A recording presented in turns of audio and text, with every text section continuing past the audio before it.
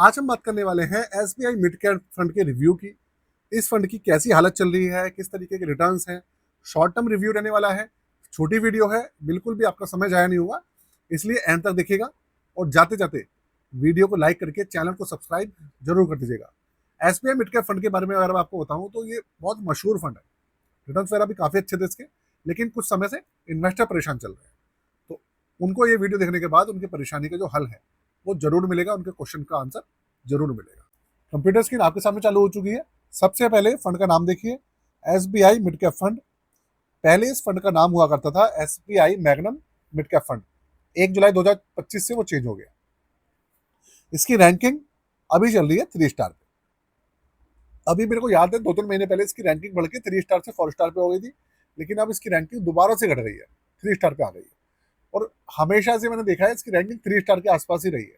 2 star पे नहीं आती है, 3 स्टार पे रहती है। रिस्क मीटर इसका वेरी हाई है और मिड कैप कैटेगरी का फंड है ये। इसके अलावा 3 साल का एवरेज देख लीजिए आप, 16.18% है।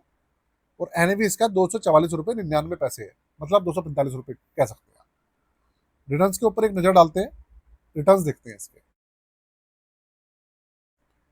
ये देखिए आप रिटर्न्स, 10 साल का एवरेज इसका 15.62%, 7 साल का 17.82% है, 5 साल का 16.04%, 3 साल का 16.18% है, 1 साल का 4.90% आप मान सकते हैं। 5% मान लीजिए अप्रॉक्स में। 6 महीने में 5.5% माइनस में है, 3 महीने में भी 5.5% से ज्यादा माइनस में है, और 1 महीने में 7% माइनस है। 1 महीने, 2 महीना और 3 महीने के अंदर जो गिरावट आपको दिख रही है उसका कारण है अभी जो हाल ही में गिरावट आई है वो। तो उसको लेकर आप टेंशन मत लीजिएगा। तो 1 महीना, 2 महीना, 6 महीना की जो एवरेज बिगड़ी हुई है वो इसलिए बिगड़ी हुई है। अब बात करते हैं 1 साल की, 3 महीने की, 5 साल की, 7 साल की, 10 साल की। 10 साल के अंदर इसने अपने एवरेज को, जो बेंचमार्क है उसको बीट नहीं कर पा रहा है। 7 साल में भी बेंचमार्क को बीट नहीं करा है। 5 साल में भी इसने बेंचमार्क को बीट नहीं किया है, और 3 साल में भी बेंचमार्क को बीट नहीं किया है। 1 साल में बेंचमार्क ने 10% का रिटर्न दिया है और इसने दिया है 5% का। अब ये बेंचमार्क को बीट कर क्यों नहीं पा रहा है? प्यारे कारण आपने हमेशा सुना होगा, आप सबसे पहले तो ये जानते होंगे।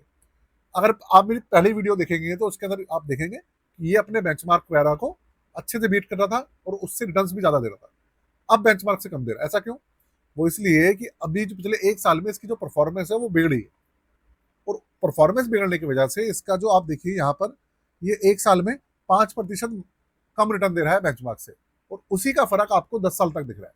क्योंकि देखिए ये तो सब तो एवरेज है ना, एवरेज है, तो इसलिए उसके अंदर आपको इम्पैक्ट दिख रहा है। अगर 1 साल का रिटर्न बढ़ जाएगा तो आपको बेंचमार्क से ऊपर दिख जाएगी सारी चीजें। तो वो सारी एवरेज के ऊपर काम करती है। तो 3 साल से लेकर 10 साल का जो एवरेज है वो आप दिमाग से निकाल दीजिएगा। जैसे ही फंड रफ्तार पकड़ेगा, रिकवरी तेजी करेगा, तो सबका एवरेज ठीक हो जाएगा। अब यहाँ पर बात करते हैं 1 साल में क्या हो रहा है, क्या प्रॉब्लम है ऐसी।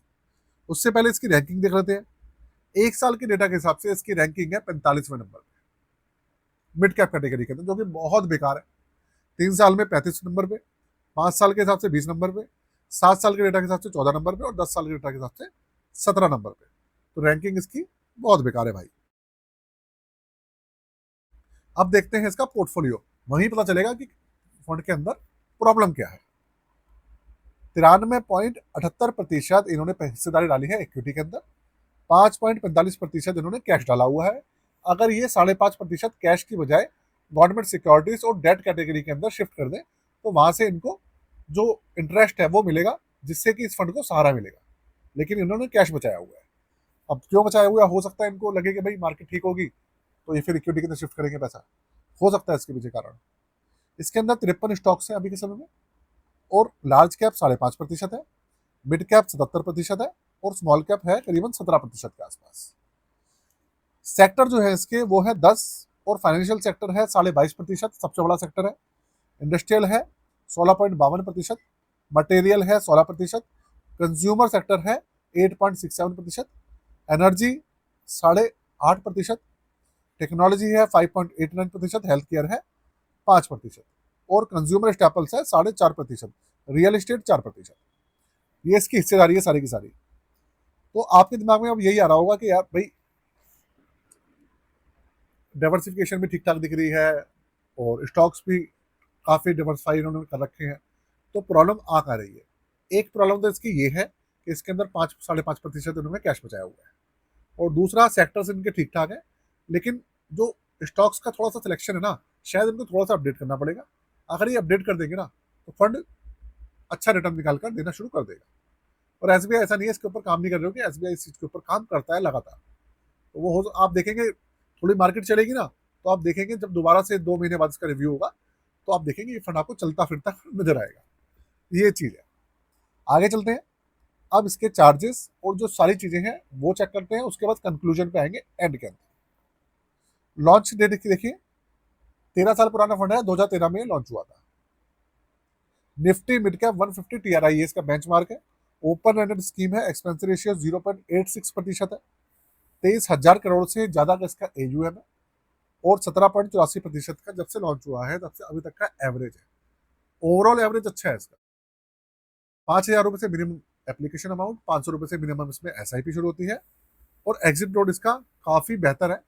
30 दिन के अंदर 0.25% है, और 30 दिन के बाद 90 दिन तक सिर्फ 10% है, 0.10%। और उसके बाद कोई भी एग्जिट लोड नहीं है।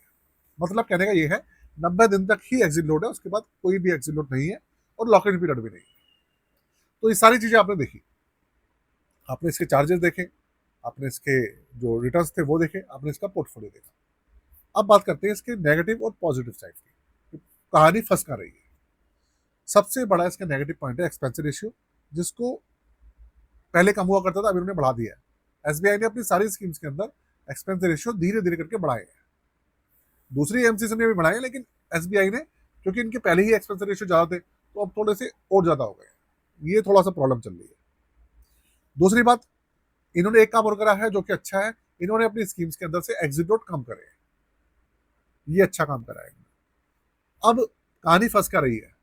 देखिए ऐसा है कि फंड का अगर मैं ओवरऑल जब भी मैंने रिव्यू इसके करे हैं, तो मैंने देखा है इसके अंदर रिटर्न्स वगैरह हमेशा ठीक ही ठाक रहते हैं। ये जो दूसरे फंड्स हैं, जैसे कि मोतीलाल हो गया, मोतीलाल ओसवाल तो देखिए अभी ठीक नहीं चल रहा है, लेकिन जब ठीक चल रहा था तब HDFC, बंधन हो गया, इडलवाइज, इन्वेस्को इंडिया, और भी अच्छे फंड्स हैं जो इसी कैटेगरी के हैं, सुंदरम है, उनसे अगर कंपीट करें तो ये ओवरऑल उन्हीं के आसपास रहता है, पीछे नहीं रहता उनसे। अभी तो देखिए वक्त ही खराब चल रहा है, जब मार्केट ही खराब चल रही है, तो उस कंडीशन में ज्यादा कुछ कहना ठीक नहीं होगा। पॉजिटिव है, यही बहुत अच्छी बात है, क्योंकि बहुत सारे फंड्स तो ऐसे हैं जो कि पॉजिटिव ही अपने आप को सर्वाइव नहीं कर पा रहे, पॉजिटिव ही नहीं है वो। तो वो सब चीजें आने वाले समय में ये सब चीजें ठीक होती हुई आपको दिखेंगी। 2 महीने बाद हम दोबारा से इसका रिव्यू करेंगे, तब मार्केट अगर अच्छी हुई तो आपको बहुत सारी चीजें बेहतर होती हुई दिखेंगी इस फंड के। साथ में अगर बात करूं और सब चीजों की, तो देखिए SBI म्यूचुअल फंड हाउस जो है, इंडिया का सबसे बड़ा म्यूचुअल फंड हाउस है। 11 लाख करोड़ से भी ज्यादा का इसका AUM है, और स्कीम्स बेशुमार स्कीम्स है, 125-26 स्कीम्स है इनकी अभी मार्केट के अंदर। और अब तो नए NFO आ गए हैं, तो और भी बढ़ गई होंगी। इसके अलावा इनके स्टॉक्स भी वगैरह भी बहुत सारे लिस्टेड हैं कंपनीज के। तो SBI का साम्राज्य जो है बहुत बड़ा है, और SBI का जो नाम है ना, वो विश्वास है।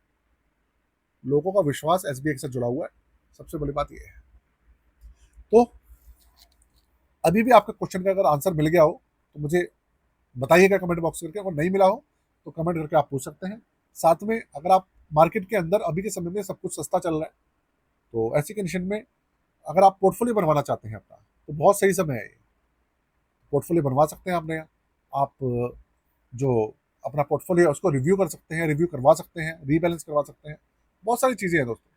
अपने पोर्टफोलियो को चेक कराते रहना, ये आपकी जिम्मेदारी है, या चेक करते रहना। चार्जेस 999 है। डिस्क्रिप्शन के अंदर व्हाट्सएप नंबर है, आप हमसे करवा सकते हैं चाहे तो। आज के लिए इतना ही। जय हिंद,